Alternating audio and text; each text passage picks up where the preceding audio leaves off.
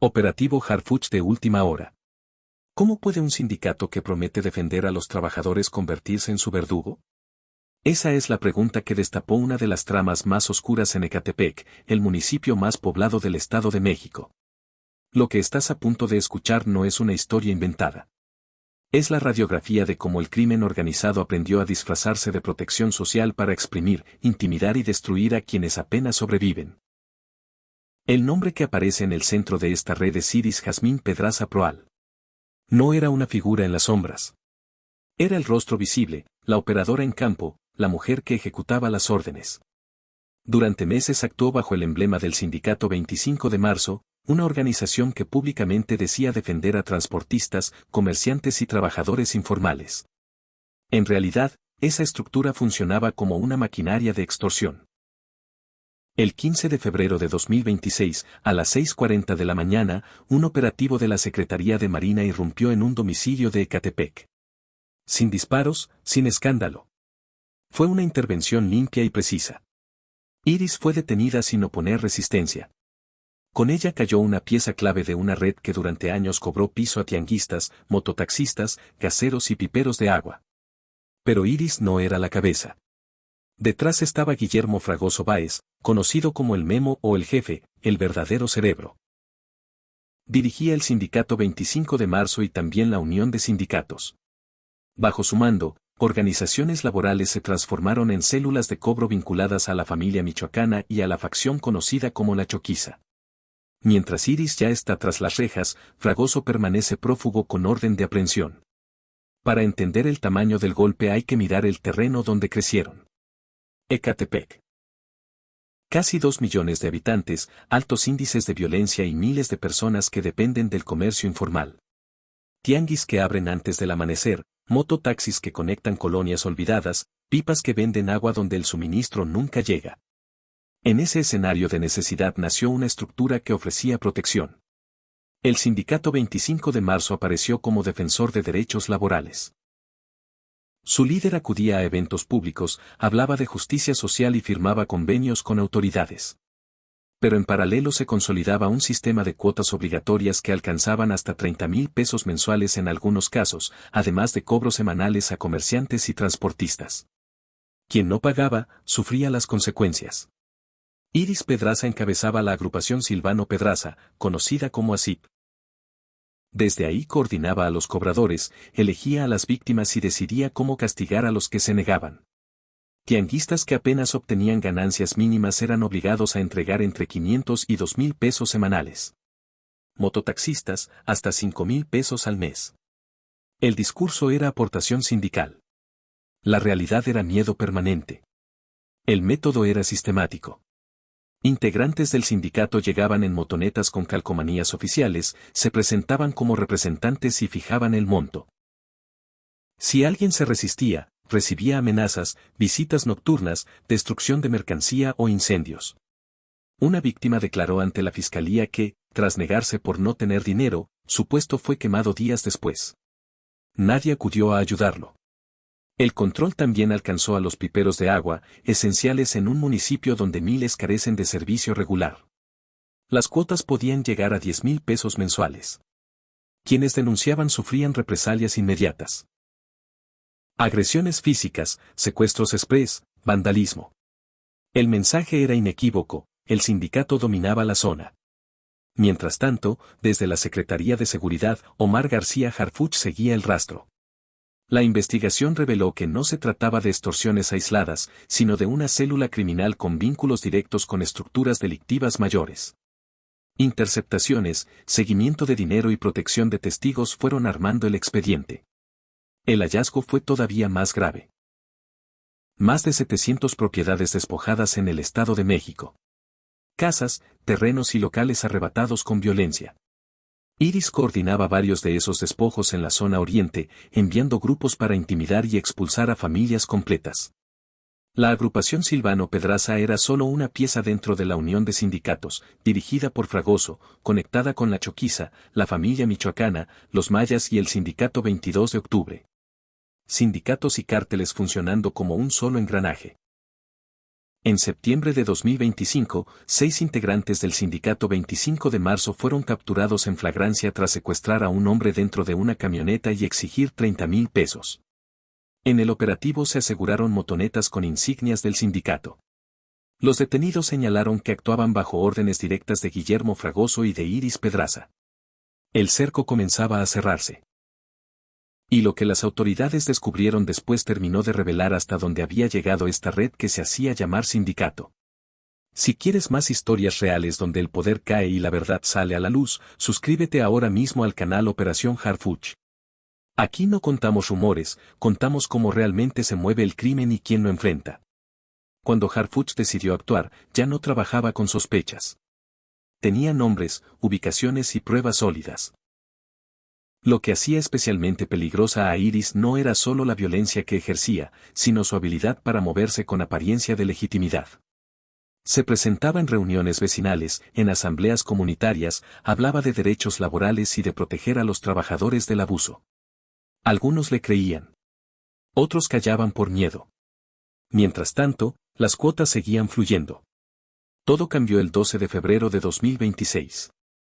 A la línea de denuncias anónimas llegó una llamada breve, nerviosa, casi entrecortada. Iris estaría en Ecatepec ese fin de semana cobrando cuotas en un tianguis. Suplicaban que la detuvieran antes de que alguien más resultara dañado. Duró menos de un minuto, pero bastó. Harfuch activó el protocolo de captura de inmediato. Durante las siguientes 72 horas, un equipo de élite de la Marina siguió cada movimiento. Vigilancia aérea, rastreo de comunicaciones, monitoreo discreto. Iris caminaba con normalidad, visitaba puestos, exigía pagos, lanzaba advertencias. No sabía que todo estaba siendo documentado. La madrugada del 15 de febrero llegó la ubicación precisa. Un domicilio sin seguridad visible en Ecatepec. A las 6:40 de la mañana, 3 vehículos tácticos y 15 elementos cerraron la calle sin sirenas ni luces. Tocaron la puerta. Sin respuesta. Activaron entrada controlada. Iris estaba en la sala, con el celular en la mano. No intentó huir. En el cateo no hallaron armas ni drogas, pero encontraron algo más contundente. Libretas con nombres, direcciones y montos exactos. Registros semanales de pagos, listas de comerciantes, mototaxistas y piperos. Algunos nombres marcados en rojo. Los que no pagaban. Los que recibirían recordatorios. También aseguraron 3 teléfonos. En los mensajes aparecían instrucciones directas de Guillermo Fragoso: cobrar completo, retirar puestos, enviar advertencias. Cada conversación reforzaba la estructura de mando. La fiscalía ya tenía elementos suficientes para procesarla por delincuencia organizada y extorsión. En el interrogatorio inicial guardó silencio. Cuando le mostraron las libretas y los mensajes, admitió que seguía órdenes de Guillermo. Pero los testimonios de víctimas la señalaban como líder operativa con capacidad de decisión. Comerciantes que perdieron todo, mototaxistas a quienes les incendiaron el vehículo, familias desalojadas. Su respuesta fue fría: así funcionaba el negocio. Esa frase quedó registrada. Mientras Iris era enviada a prisión preventiva en Nezahualcóyotl tras la audiencia del 17 de febrero, Guillermo Fragoso seguía prófugo. Con orden de aprehensión vigente y un intento de amparo en diciembre, se presume que se oculta en la zona oriente, protegido por remanentes de la red. Harfuch declaró que su captura es solo cuestión de tiempo. La detención no es un hecho aislado. Forma parte de una estrategia más amplia contra la infiltración criminal en organizaciones sociales. En meses recientes, autoridades federales y estatales han desarticulado la mayoría de las bandas que operaban en Ecatepec. Aún quedan células activas, entre ellas remanentes vinculados al Sindicato 25 de marzo y a estructuras asociadas a la Choquiza y la Unión de Sindicatos.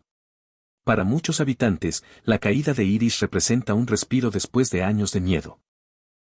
Comerciantes que pagaban para trabajar ahora observan el proceso judicial con expectativa. Sin embargo, la estructura no ha desaparecido por completo. Informes de inteligencia señalan que pequeños grupos continúan cobrando cuotas en municipios cercanos, aunque con menor visibilidad y mayor cautela. El Sindicato 25 de marzo, fundado oficialmente como organización laboral, operó durante años bajo esa fachada. En actos públicos prometía defensa y protección. En la práctica, afiliaba de forma forzada y exigía pagos semanales. Quien se negaba enfrentaba represalias inmediatas. La caída de Iris destapó la mecánica interna de ese modelo, apariencia legal al frente, extorsión sistemática detrás. Y lo que comenzó con una llamada anónima terminó revelando hasta dónde puede llegar una estructura que convirtió la palabra sindicato en sinónimo de miedo. En Ecatepec no existía el derecho a negarse. Pagabas o te destruían. Así de simple. Durante años, el sindicato impuso su ley mientras muchas autoridades locales miraban hacia otro lado. Algunos por miedo. Otros por complicidad. Testimonios integrados en la investigación revelaron que ciertos agentes municipales alertaban a la organización antes de operativos. Cuando la patrulla llegaba, ellos ya se habían ido. Esa red de protección permitió que la estructura creciera sin freno. Todo cambió cuando la intervención dejó de depender de instancias locales. La operación se diseñó desde el ámbito federal, sin avisos previos ni filtraciones. La Unión de Sindicatos, encabezada por Guillermo Fragoso, era más que un sindicato, era una plataforma que operaba en múltiples estados bajo el discurso de defensa laboral. Contratos legales al frente, eventos públicos y fotografías con políticos. Detrás, una maquinaria de cobro, despojo y violencia. Bajo esa estructura funcionaban células que exigían cuotas tanto a comerciantes como a narcomenudistas. A estos últimos les cobraban hasta 30,000 pesos mensuales a cambio de protección. El dinero alimentaba la expansión del control territorial.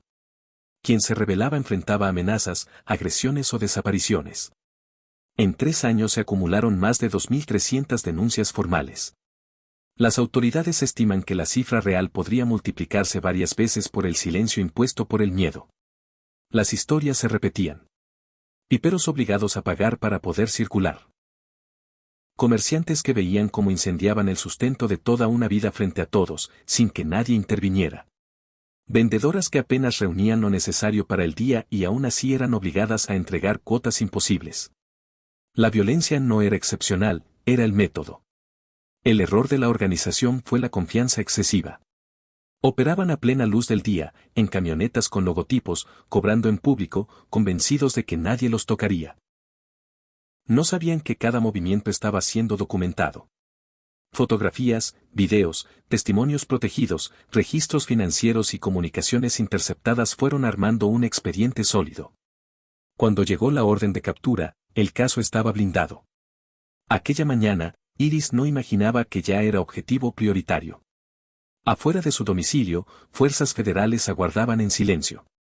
3 golpes en la puerta marcaron el final. Entraron en formación, le informaron los cargos. Delincuencia organizada y extorsión. No era un operativo local negociable. Era una acción federal. La noticia se propagó rápido. En los tianguis se murmuraba su caída. Algunos celebraban, otros observaban con cautela. Porque aunque Iris estaba detenida y enfrentaba prisión preventiva, Guillermo Fragoso seguía prófugo. Y mientras él continúe libre, la amenaza de que la estructura intente reorganizarse sigue latente. La captura desmanteló una pieza clave del engranaje. Pero la historia aún no ha terminado. La gran pregunta ahora es inevitable, ¿también caerá Guillermo Fragoso Báez? El llamado Memo sigue prófugo desde septiembre de 2025. Tiene orden de aprehensión por delincuencia organizada, homicidio, secuestro, extorsión y lavado de dinero. La Fiscalía ofrece recompensa por información que conduzca a su captura. Las investigaciones lo ubican moviéndose en la zona oriente del Estado de México, cambiando constantemente de refugio, protegido por células que todavía le son leales. Pero el cerco se ha ido cerrando. En septiembre pasado, fuerzas federales catearon 5 propiedades vinculadas a él en Ecatepec. No lo encontraron. Lo que sí hallaron fue la dimensión real de su imperio. Armas de alto calibre, droga, caballos pura sangre, animales exóticos y documentos que revelaban una fortuna construida con dinero de extorsión. Propiedades millonarias levantadas mientras miles sobrevivían pagando cuotas para no perder la vida. Aunque logró escapar, la captura de Iris golpeó el corazón operativo de su estructura. Sin su principal ejecutora en las calles, el flujo de dinero comenzó a fracturarse. Las células empezaron a descoordinarse. Algunos miembros desertaron por miedo. Otros intentaron asumir el control, generando disputas internas. El engranaje dejó de funcionar como antes. Cada grieta es una oportunidad. En la audiencia de vinculación, el juez escuchó a una docena de víctimas y revisó conversaciones interceptadas, registros detallados de cobros y órdenes directas a grupos de choque. La defensa intentó presentarla como simple subordinada. La fiscalía demostró que tomaba decisiones y dirigía operaciones. El resultado fue claro: prisión preventiva justificada. Permanecerá recluida mientras avanza el proceso. Desde prisión expresó arrepentimiento. Algunas víctimas no lo consideran suficiente. Para quienes perdieron su patrimonio, años de trabajo y tranquilidad, el daño no se borra con palabras. Lo que exigen es justicia completa. El caso marcó un punto de quiebre.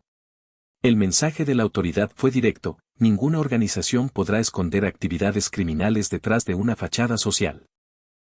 Si hay extorsión, despojo o amenazas, la respuesta será federal y sin excepciones. En Ecatepec, el impacto es palpable. Comerciantes que durante años pagaron para poder abrir ahora intentan recuperar la normalidad. Mototaxistas y piperos trabajan con menos presión. No es un escenario perfecto. Persisten células activas y el líder máximo sigue libre. Pero algo cambió: el miedo ya no es absoluto. La caída de Iris no cierra esta historia. La deja en un punto decisivo. Un prófugo acorralado, una estructura debilitada y una comunidad que comienza a recuperar la voz. La pregunta no es si va a caer. La pregunta es cuándo, y quién más caerá con él. ¿Cuánto tiempo puede esconderse un hombre cuando todo su imperio ya empezó a derrumbarse? ¿Cuántos secretos faltan por salir a la luz? Porque esto nunca fue solo la captura de una operadora. Fue la primera grieta en una estructura que se creía intocable. Y cuando un sistema construido sobre el miedo comienza a fracturarse, lo que sigue no es silencio, es una reacción en cadena. La verdadera caída aún no la hemos visto.